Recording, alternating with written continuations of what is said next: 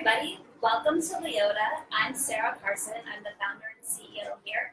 Here we are in our beautiful design studio in the Garment District in Manhattan. And welcome to our second Leota Ladies Talk. I'm joined by Kerin Rose Gold. Hi. Who is just a fabulous, fearless woman. And the point of the Leota Ladies series is an opportunity for me to talk one-on-one with women who I really admire. And I would not be able to do all of this, my business at Leota, if it weren't for my tribe of strong women like you. So welcome to this chat. Please send us all your questions. We want to have a totally open discussion with each other and with you. Just let it rip. So, Kerin, welcome. Thank you. Thank you so much for having me. And sorry, I am recovering from a case of sinusitis, so I sound much worse than I feel. So, Kerin, tell us a little bit about your amazing business, A-Morir. I am such an admirer of your beautiful product, so tell us. Thank you. And I love when I can sit with women where there's this mutual admiration for the work that we do, because I very much feel the same way about you and everything at Leota. No, of course. So A-Morir is my company that I founded. It'll be 10 years this fall. I am considered the pioneer of 21st century embellished eyewear. If you've seen eyewear with crystals or flowers or chains or spikes on it, if it isn't mine, chances are it was influenced by the work that I did. And about a year and a half ago, I formally started a creative studio as well, because I I've been getting all of this work due to requests for essentially custom costume work. So whether it's the crystallizing a bodysuit for Britney Spears for her New Year's Eve performance, to a pair of boots for Jennifer Lopez, to earrings for Rihanna, to a custom painted bodysuit for Lady Gaga. I also have a home and a place where I do that as well. That is so amazing. I think it's so amazing to be like a true category creator, where before Kerin came along, this basically didn't exist. Like, that's so fearless. Thank you. Yeah, I think, when things sort of started organically for me, and I know we're going to get into this in a bit, but it very much happened where I was just doing something that I loved and doing something that doing something that I loved crossed with doing something essentially like filling a hole. I wanted a pair of sunglasses that were covered in crystals and they didn't exist, so I made them exist. Amazing. Thank you. And if you're just joining us, welcome to the Leota Ladies series. Here we are in our Garment District showroom here at Leota, and I'm joined by Kerin Rose Gold, who is the founder of A-Morir, which is my favorite sunglasses line. She created this whole entire book for sunglasses and accessories that previously did not exist, which I think is so cool. So tell us, how did you... Oh, and by the way, if you have any questions, just type them right in, and we're going to address them live. So Kerin, how did you get started with this idea? What was your thought process? So it really, I've always been a creative. I was a creative as a child, but it never occurred to me to pursue it as a career, because there's no real career path for that. It's not, I've been painting since I was 7, but what am I going to do? Go to painting school and then become a painter? There was no, I was very pragmatic about my creative pursuits. I was also very sick as a kid. I was diagnosed with ulcerative colitis when I was 16, and, finished high school, finished college, worked, but was very actively sick for about 9 years. And so when that ended, when that was no longer taking up all of my time, I decided to take a year off and figure out what I really wanted to do with my life. And that involved getting back into all of the creative things that I loved as a child. And one of those was doing all sorts of artwork, specifically crystal artwork. And one day I broke my last pair of sunglasses. probably by sitting on them, which I don't do anymore, and um, and couldn't find anything. I looked, at higher priced items. I looked on the street. I couldn't find anything that was exciting. Everything to me felt either beautiful and classic, which is not my thing, or just boring. And I took it. I went, you know what? I'm going to buy a pair of sunglasses, and I'm going to buy some crystals, and I'm going to put two and two together, and go from there. And it was the first time I had made something that then that people literally chase after me on the street for. So yeah, so it went from me making something to myself to, oh, people are asking me where they can purchase this. Okay, I'll make something. I'll if you want to buy it from me, I'll sell it to you. And then it was very much the right place, the right time, the right item, and I was a very motivated person behind it. So cool. I found, by the way, did you bring one? I did. Some sunglasses show us. Whenever I shop on your website, I have a major issue because I literally want all of them. It's just so awesome. Not a major issue for me. That sounds perfect. What do you think about these for me? They're kind of fabulous. They're so fabulous. Oh my God. I feel like a proud mom. I love them. Thank you. So, anytime I have found, when I was starting Leota, usually a lot of people say oh, just go get a regular job, or, well, are you sure you can do that? Or just kind of detractors right and left. And I was wondering, did you ever face any pushback as you were having this amazing idea? And if so, what did you do about it? I was in a pretty great place, in the sense that I was, this sort of all happened during a gap year that I gave myself between leaving. I used to work in music marketing, so leaving the music marketing industry and starting a master's degree in costuming history at NYU. So I had a year in between ending one and starting the other. So there wasn't really anything else for me to do at the time. I worked I was living off my savings, working odd jobs, and then I started working part-time at a boutique. And, when you can make the same amount of money selling one thing as you can working 3 days, it becomes very clear, oh, this is something that I can actually pursue. And then, but when it came time to dropping out of graduate school, which I did after a month, because by that time things had gotten so crazy, surprisingly, my mother, who is, both my parents are huge supporters, but my mom was like, what is that going to look like on your resume? Blah, blah, blah. What? And what when you need to get another job? And I was like, hopefully I won't. And if I do, I have a portfolio of work. And my dad, who's an immigrant, he came here in 1973 and then again in 1975. He was actually the one who was always, my parents were always supportive of my creative pursuits. They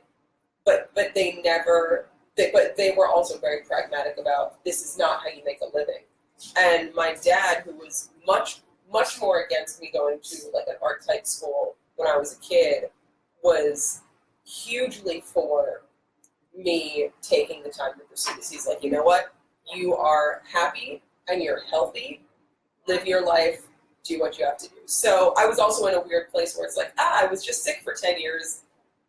Yeah, sure. Let me give this a go. This could be something. And it did. I think my detractors were more as I got to learn about the business.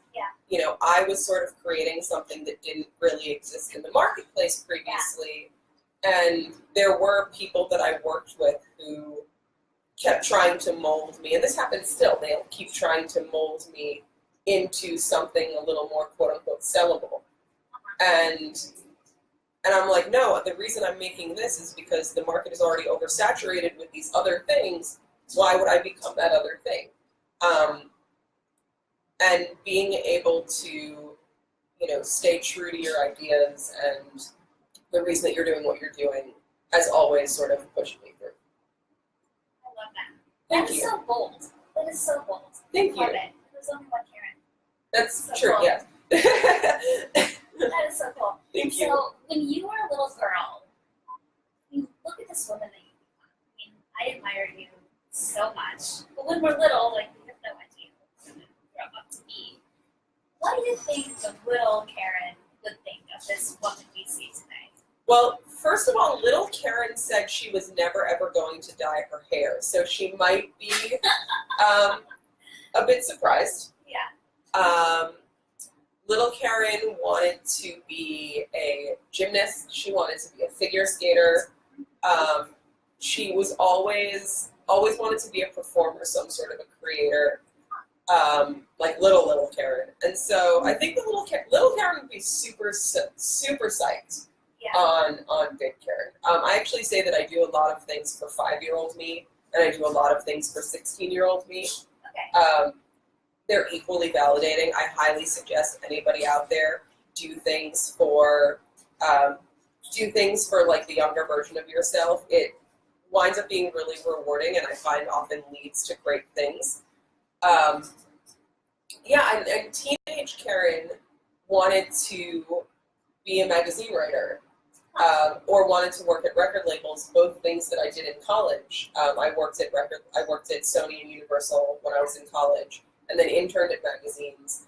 And it was at the time in the early 2000s when print media started to decline, streaming started to rise, and that sort of made the record label dream go away. So I fell into marketing, and it was not like, oh, my dream is to be a marketer, although I actually find marketing fascinating. If you're in marketing, I love you.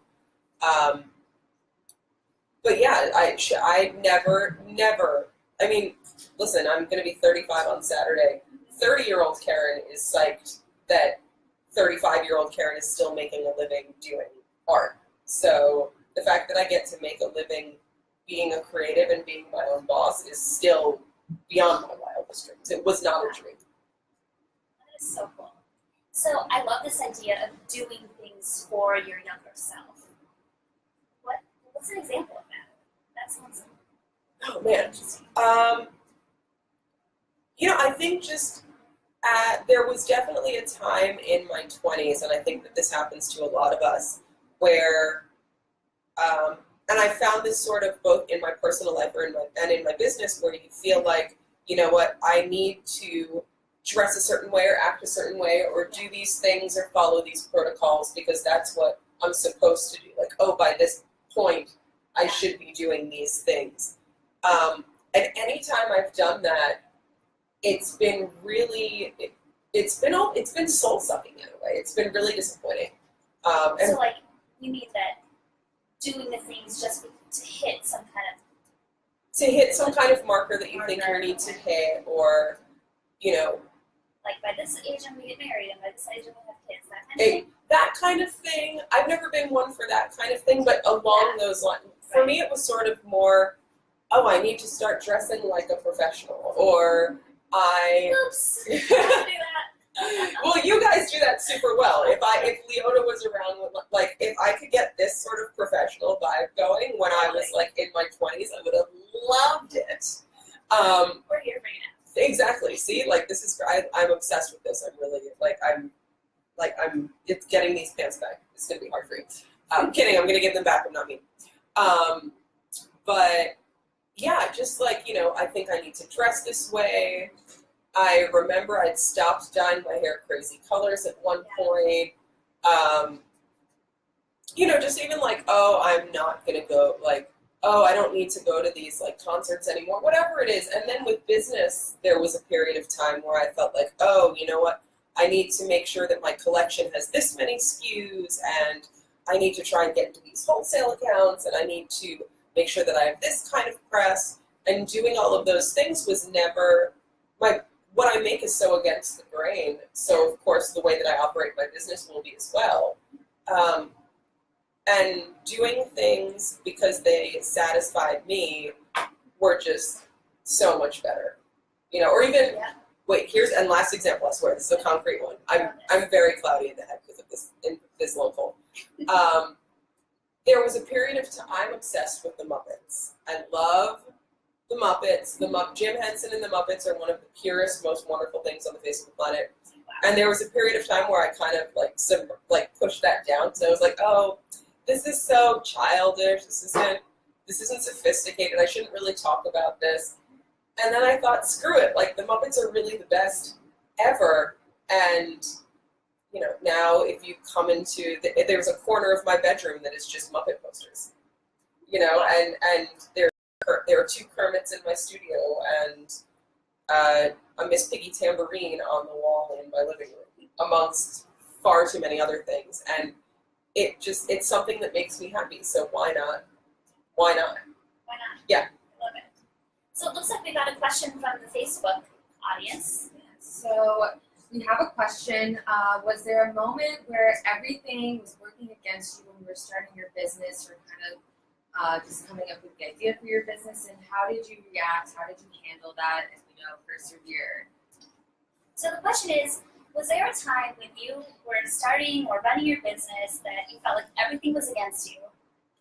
And how did you move forward? What did you do about that? Yes. So my trajectory at the beginning was very fast. My trajectory at the beginning was super abnormal. I was able to live off the business and make more money than I ever did in an office job within 8 months from making my first thing, which is insane. And I knew that, and at the time, so I didn't have this big head of like, this is how it's always going to be, because I knew that it wasn't. What happened maybe 4 years in is that not only did sort of mass market chains start to catch on to the trend, like the Top Shops, the Forever 21s, the H&Ms of the world, but high-end brands did as well. And so I started to see, both on a high-end and mass market level, like both very direct knockoffs and also very heavily pulled influences. And it started to, and it still affects my business, to be quite frank. It was at the beginning very, very upsetting. Yeah, I felt very helpless. And, but the thing is, you just have to, one of the best pieces of advice I ever got early on was that you just have to put on your blinders and just do the work and power through. Because, the people, whether they were high-end luxury brands or they were lower mass market brands, they were putting out into the world things that I had done 3 years ago and had already enhanced or evolved past. So it just meant for me that I just had to keep designing. And also, you have to realize that this is just, the world is not fair, and this is just what happens. And I could either continue with the business, or I could do something else, or I could stop. And I was like, well, what else am I going to do? Like, I love this too much, so I'm just going to keep going. And then, You were. correct. But yet here we are. Yes. And what a inspiration you are for little girls who are trying to figure out what to do with their lives.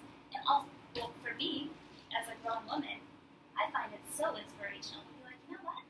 I'm going to keep on going on, because I've got someone like Kerin who said, I am going to just keep moving forward. That's all I do. Well, I mean, I am in this beautiful, studio in the showroom space in the garment industry of New York. Like, this to me, 35-year-old Kerin is impressed. 5-year-old Kerin and 15-year-old Kerin would also be very impressed. Like, this is just, like, I love the fact that, and that's really one of the reasons why I continue to work as hard as I do. It's not to, it's so that I can, it's so that I can really make the other women that I'm inspired by in my life proud. Like, to me, that is, if anything, the most motivation. It's not like, getting things on celebrities is cool. It's cool, it's great, I love it. It's an honor every time, but it's even more of a point of pride for me when someone like you, who has built this incredibly successful business, to go like, hey, I'm inspired by what you're doing. Like that to me is the top. Like that's a like retirement level checkpoint. Like got it, all right, you know. Okay, I think this is officially a love fest. Oh, totally. If you have any questions for Kerin Rosegold, please send them along to us. We'll ask them right here live. Actually, we have one right now. Yeah, so people want to hear from both of you, what are 3 future goals you have? Ooh. So what are some future goals for you, Kerin? Okay. My goals tend to be more because of the life that I've sort of led, being being someone who dealt with a chronic illness for very long. I don't like to necessarily have concrete goals with specific timelines. That's never really been my thing.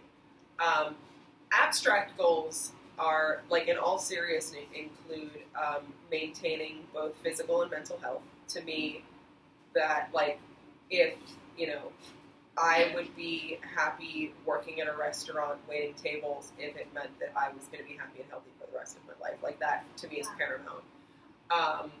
To maintain my artistic integrity, and to keep working on non-business related creative endeavors. As for like more concrete goals, one of the things that I'm doing is I'm really going to focus on direct-to-consumer marketing again. Going back to what we were talking about before, doing these things that you think you have to do.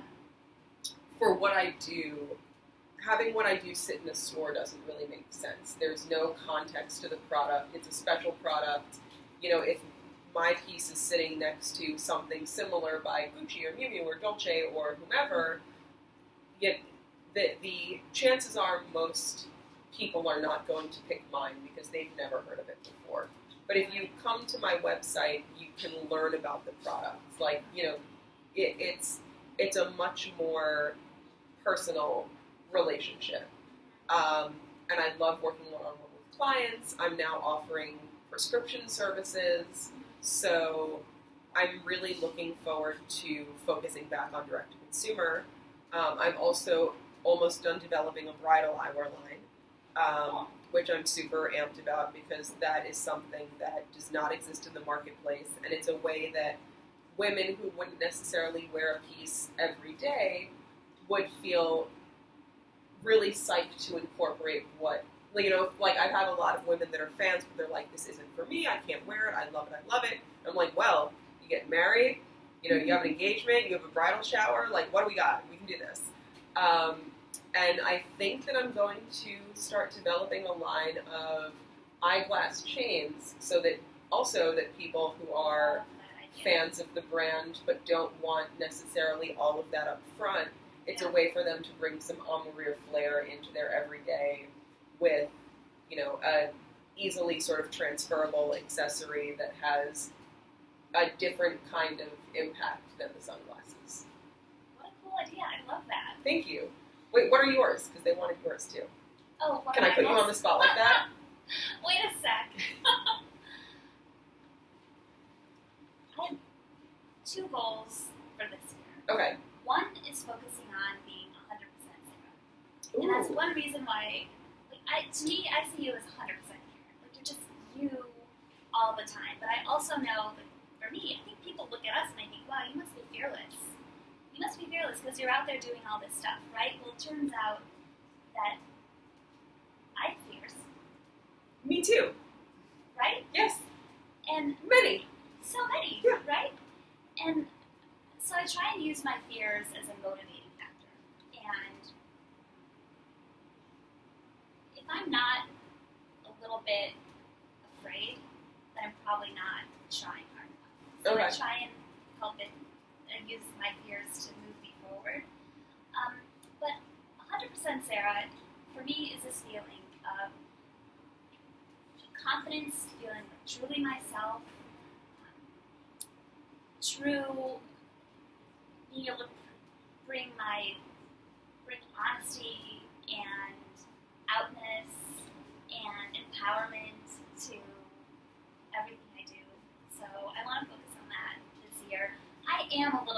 like, well, not a little bit more. I'm very goal oriented. Okay. So. I feel like I could take a few tips from that, by the way. But I think we're both getting there in our own way, which I love. Yeah.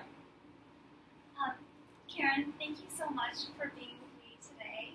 I'm so, guys, it's so cool here. It's so flippin' cool here. Thank you so much for having me. I was so touched when you reached out and asked. It's truly this is what a special place that you've created. Thank you. Of course. It's been so great to get to know more about you and your background, and I'm thrilled that I've been able to share all of that with you guys because I get to hang out with Kerin whenever I want. It's true. So happy I'm about jealous. that. I get to hang out with her all the time. And I want to bring that to you guys. So thank you so much, everyone, for joining us on your lunch hour, and we'll see you next time for Leota Ladies. Over. Good job. Sorry about the laptop. But I recorded it. And we have. This is off too. Yeah, this isn't. Yeah. That's not